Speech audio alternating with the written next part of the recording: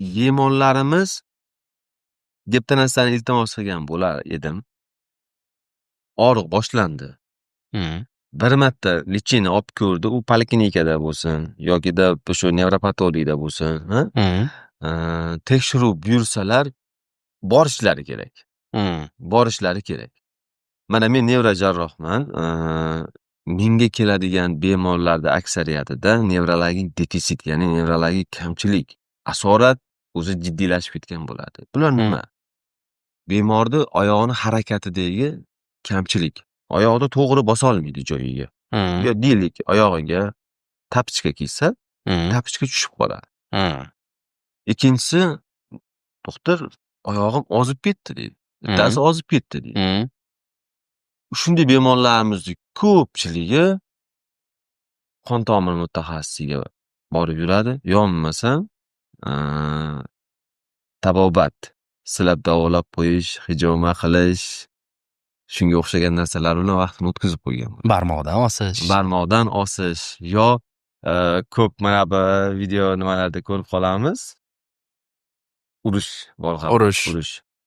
Yokida kuydirish, ayrim kasallar keladi, doktor frista tortib qo'ydi grejamni deydi.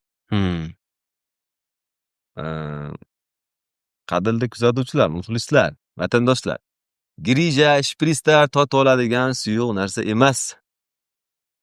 Unaqangi suyuq narsa emas. Shuni iltimos qiladi tushunishingizda. Yokida to'g'ri qanaqadir masajlar yokida dori-darmon, fizioterapiya davo emas deya olmayman. Har doim ham davo emas. Har doim ham davo emas. Dischurras, ya'ni grijani hajmi. U dori-darmon, fizioterapiya bilan og'riqlarning qolishi yo kichkinayishi bu doim ham yechim emas. Grija, shunday grijalar bor. Bemorni bezovta qilmaydi, hajmi katta bo'ladi. Chunki unday bemorlarimizda orqa miya kanali keng bo'ladi. Bemor bezovta qilmaydi. Biz aytamiz, tegmaymiz unga, chunki qichimagan joyda hashlash kerak emas. Yokida kichkinagina grija joylashgan joy biz farami deymiz, ya'ni ilmiy tilda, bu o'zimizning tilda teshik degani, bilasiz. Shu nerv chiqadigan teshikka 2 yo 3 millimetr grijani tiqilib qolishi ham bemorga dahshatli og'riqlar beradi. Ayrim qo'sh tirnoq ichidagi tabib yo nevropatologlarimiz MRTni oladi. Bu juda kichkina, bunga tegish kerak emas deydi. Buni davolash kerak buni. Davolash kerak. Shu yo'sinda bir iltimos qilgan bo'lardim, hurmatli nevropatologlar. Davolash chora natija bermayaptimi? Nevrojarrohga kasalni yo'naltiring. Bemorda vaqt o'tmasin.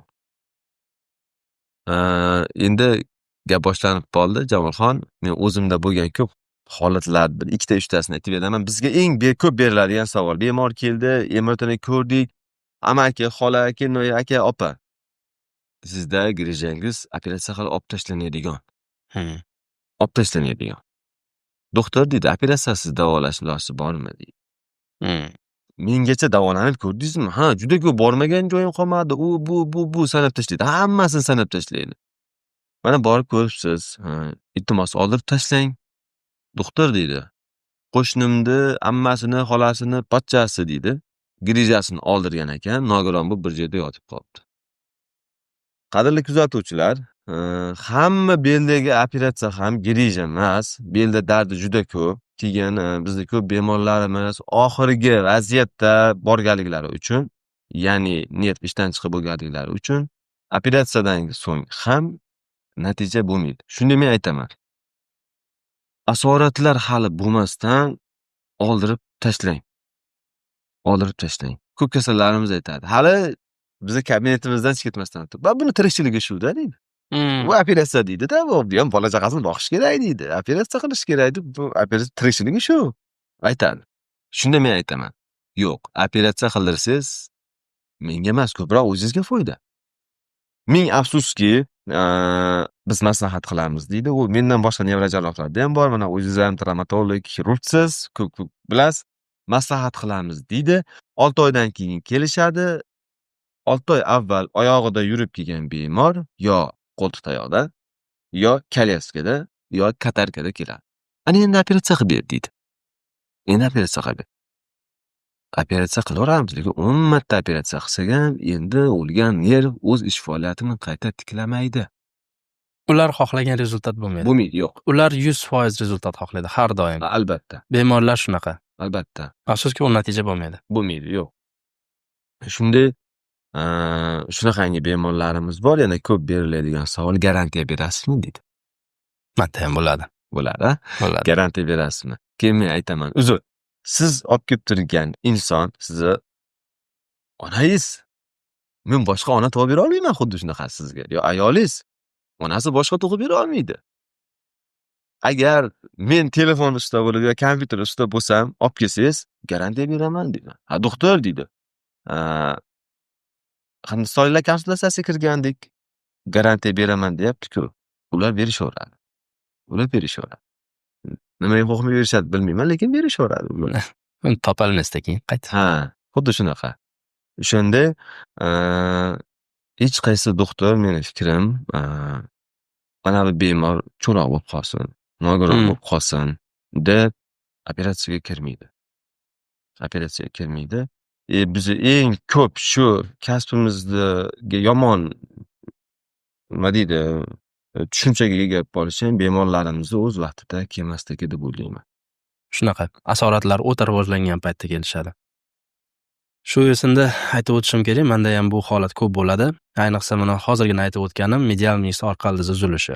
Agar medial miya orqa ildizi uzilishini boshida, ya'ni yangiligida ildizda shu boldirdan pay olib turib, perineus longus, ya'ni kichik boldir muskuldan qisman shu yarim qarichgina payda olasida o'sha ildizidan o'tkazib, suyakka qaytarib, katta boldir suyakka qaytarib tortib tikib qo'yish, ya'ni orqa ildizi avtoplastikasi deyiladi. O'sha amaliyot qilinsa bo'ldi, bemor hal. Shu bilan bu bemorda og'riqlari ham yo'qoladi, artrozda ham rivojlanish oldini olinadi. Xullas, bo'g'im saqlab qolinadi.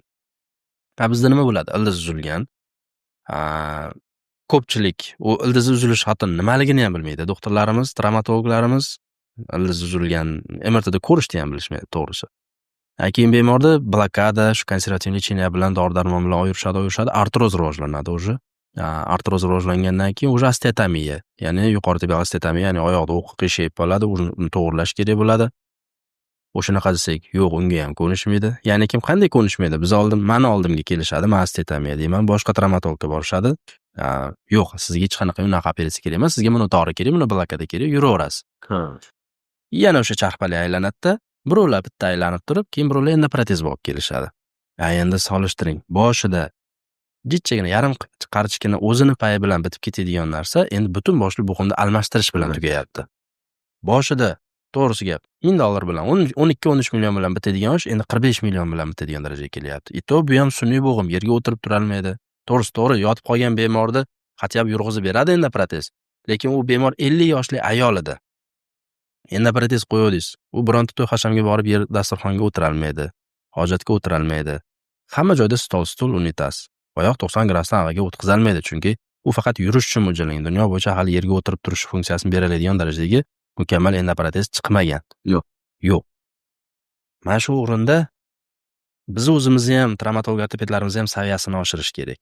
Chunki hozirgi kunda Farg'ona vodiysi bo'yicha medial meniskni orqa ildizini PL avtoplastika, ya'ni kichik boldir o'sha muskuldan qisman olib turib avtoplastika qilishda, to'g'risini aytsam, men birinchi bo'lib qildim. Birinchi. Va bemorim juda ham yaxshi rezultat berdi. O'sha bemor. Chunki 18 kun, travmadan keyingi 18-kunida qilganman operatsiya. Hozir men bemor to'liq tiklanib, odatiy hayot tarzida yashayapti. Undan keyin ham nechta bemorlar kelishadi, men aytaman, shunaqa ildiz uzilgan, boldizdan pay olib ulashim kerak desam, xuddi o'sha gap, maslahatlashamiz deyshadi. Va chiqishgandan keyin boshqa travmatologga borishsa, sizga bu operatsiya kerak emas deyshadi. Shu yo'sinda menga charxpalida aylanib artroz, asorat bilan yetib kelishadi. Yo'q, menga kelishmagan taqdirda ham boshqa travmatologga o'sha artrozlar bilan borishadi. Shuning uchun eng avvalo bemorlar MRT diskini o'qiydigan, o'zini ustida yaxshi ishlaydigan, mayli chet el yurib malaka oshirsin demayman, chunki hozirgi kunda elektron vebinarlar, ya'ni onlayn darslar ham ko'payib ketgan. Men o'zim ham shulardan juda keng foydalanaman. Hech bo'lmasa o'zini ustida ishlab, yangiliklarni olib kiradigan shifokor bilan ishlash kerak. Hamma shifokor ham bir xil emas, buni tan olaman. To'g'ri, hech kim sizga yomonlikni yomon ko'rmaydi. Sizga yaxshi bo'lsin, yaxshi shifo topib keting degan niyatda ishlashadi, lekin hammani ham saviyasi bir xil emas. Shuning uchun har doim siz uni yoshiga qaramang. Chunki yosh bo'lib turib, o'zini ustida ishlagan mutaxassis, opitli mutaxassis bo'lishi mumkin. Har doim ham yoshi kattalar zo'r bo'ladi, opiti katta bo'ladi degan gap noto'g'ri. Chunki yoshi katta bo'lib haligacha ochiq usulda meniskektomiya qilib yurgan shifokor travmatologlarimiz ham bor. Buni ham eslatib o'tish kerak. Открытие meniskektomiya 100 yil oldingi usul. Ya'ni tizzani yorib, meniskni totalniy meniskektomiya qilib tashlash. Hozir haligacha qilishadi, lekin o'sha operatsiyadan keyin qancha bemorlar og'rig'i battar kuchayib, artrozi battar kuchayib, endoprotez bo'lib qoladi. Ayniqsa varusi bor, ya'ni oyoq tashqariga qiyshaygan. O'zi ayollarda ko'p bo'ladi, shu narsani e'tibor berishlaring kerak. Shuni oynaga qarab, oyoqlarini tovon, bosh barmoq bir-biriga shuni tekkizib turib, jup qilib shuni tikka turganligingda tizzani o'sha ichki qismi bir-biriga tegmayaptimi, oyoq bunday yonboshga qiyshayib turibdimi, kamon bo'lib. Bo'ldi, значит, u sizda varusni deformatsiya bor degani. O'sha holatda og'irlik markazi ichki tomon ko'p tushgan hisobda medial menis jarohatlanadi. Juda ko'p shifokorlarimiz o'sha holatda borishadi. Bemor kelsa, sizni medial meniskingizni olish kerak, tozalash kerak.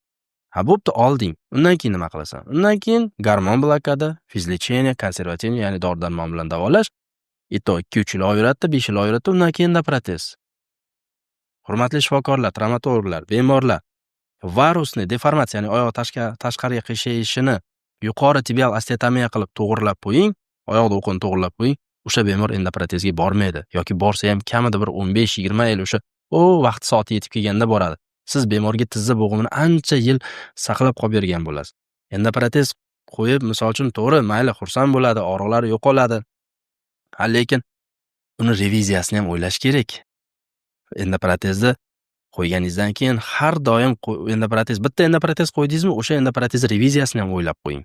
Chunki qanchadir muddatdan keyin, deylik 15 yil, 20 yil, 30 yil uni reviziyasi ham bor. Son chanoq bo'g'imidan ko'ra tizza bo'g'imini endoprotezini xizmat muddati kam. Bu standartda bor.